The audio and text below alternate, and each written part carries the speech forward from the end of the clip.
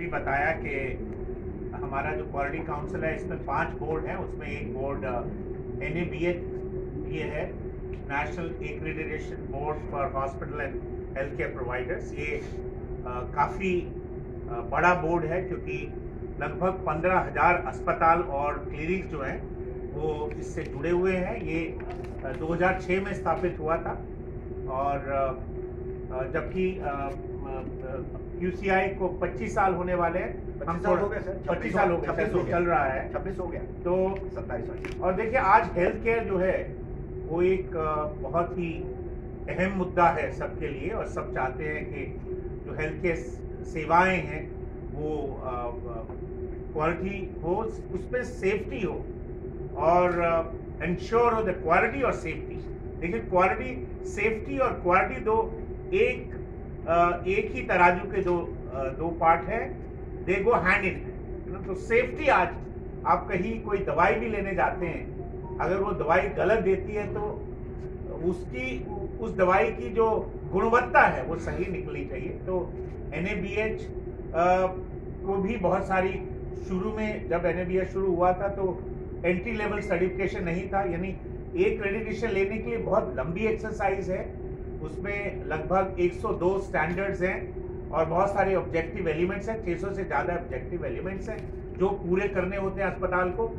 तो ये लंबी एक्सरसाइज है, बट उससे पहले अगर एंट्री लेवल एक किस्म का इनकरेजमेंट के यस हम एक स्टेज पे पहुंच गए, अब इसके बाद हम फुल एक्रेडिटेशन ले सकते हैं, तो वो भी NABH ने शुरू किया है। और NABH अस्पताल ही नहीं, बहुत सारी क्लिनिक्स को भी एक्रेडिटेशन करता है, डेंटल है, आई है, बहुत सारी और जो स्पेशलाइज्ड सर्विसेज है उसकी भी एक्रेडिटेशन करता है। और इसके लिए हम असेसर्स भेजते हैं, वो जो हमारे जो मापदंड है उसके हिसाब से वो असेसमेंट करते हैं और फिर उसके हिसाब से एक्रेडिटेशन दिया जाता है। कोई भी अस्पताल एक्रेडिटेशन लेना चाहता है तो पहले वो अपने आप को सेल्फ असेस करता है, गैप एनालिसिस करता है। जब वो गैप पूरे हो जाते हैं उसके बाद फिर हम NABH उसको असेस करता है, और उसके बाद भी कोई अगर नॉन कंप्लायंसेस है, ये नहीं। देखिए एक चीज बताना चाहूंगा कि ये जो एक्रेडिटेशन है ये मैंडेटरी नहीं है, अस्पताल को लेना जरूरी नहीं है, एक किस्म का वॉलंटरी प्रोसेस है कि आज हर कोई चाहता है कि मेरे पास क्वालिटी का सर्टिफिकेशन हो, तो उसके लिए ये वॉलंटरी प्रोसेस है और ये थर्ड पार्टी प्रोसेस है। Quality council of India NABH एक थर्ड पार्टी है जो इंडिपेंडेंटली उस अस्पताल की गुणवत्ता को का मापदंडों के हिसाब से सर्टिफिकेशन करती है। और ये हम, जैसे सिंह साहब ने अभी बताया कि हम यहाँ क्यों आए, हम रीजनल सेंटर्स हम क्यों खोलना चाहते हैं। अब ये रीजनल सेंटर है तो NABL का, पर इनके और भाई बहन भी हैं, मैं भी इनका एक भाई हूँ और बाकी और भी बोर्ड्स हैं वो भी सब भाई हैं। तो हम इसको सेंटर को अगर ये हमें इजाजत देंगे तो हम भी यूज करेंगे, क्योंकि देखिए अभी आ गए हैं आ गए हैं। देखिए ऐसा है कि जब भी कोई रीजनल सेंटर बनाते हैं तो एक तो मैं ये कहूँगा कि services at a door step, हम सेवाएं जो है आपके दरवाजे तक हम लेके आए।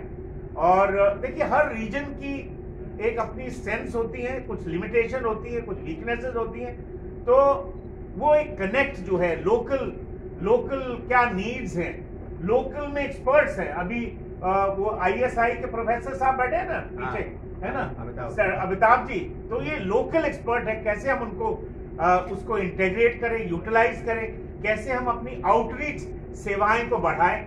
जब हम यहाँ रहेंगे, हम वर्कशॉप करेंगे, एजुकेशन करेंगे, बहुत सारी जो लोकल सेंट्रिक चीजें हैं वो करेंगे।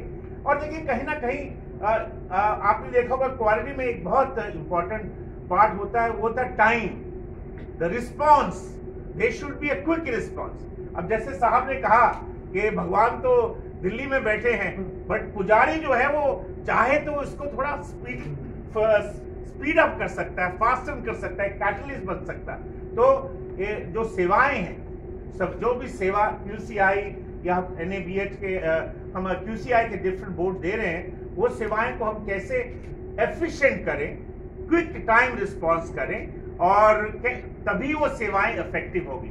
अगर हम वो बड़े ढुलमुल तरीके से करते हैं और आराम से करते हैं और सो के करते हैं, तो वो क्वालिटी नहीं है। Quality is also accessibility and quickly, timely. So timely response है, ये भी एक बहुत। और देखिए, कहीं ना कहीं हम अपने स्टेक होल्डर्स के साथ रिलेशनशिप स्ट्रेंथन करना चाहते हैं। हम क्यों आए हैं? बिकॉज सारे जो हमारे स्टेक होल्डर्स हैं उनके साथ हम रिश्ता बढ़िया बनाना चाहते हैं, मजबूत रिश्ता बनाना चाहते हैं। और देखिए, ये सब चीजें जो भी हो रही हैं, जो QCI की एक कमिटमेंट है, एक कमिटमेंट फॉर क्वालिटी, उसको जो है स्ट्रेंथन करता है। तो इसी वजह से यहाँ कलकत्ता, बैंगलोर के बाद कलकत्ता और बाकी I think there are other plan to set up centres. But आपको मालूम है कि West Bengal in general and Calcutta in particular is a very big hub of medical facilities. There are large number of medical institutions, government and quasi-government as well as private. So we would love to serve to serve these healthcare establishment, using these offices and how we can help them achieve accreditation. Thank you.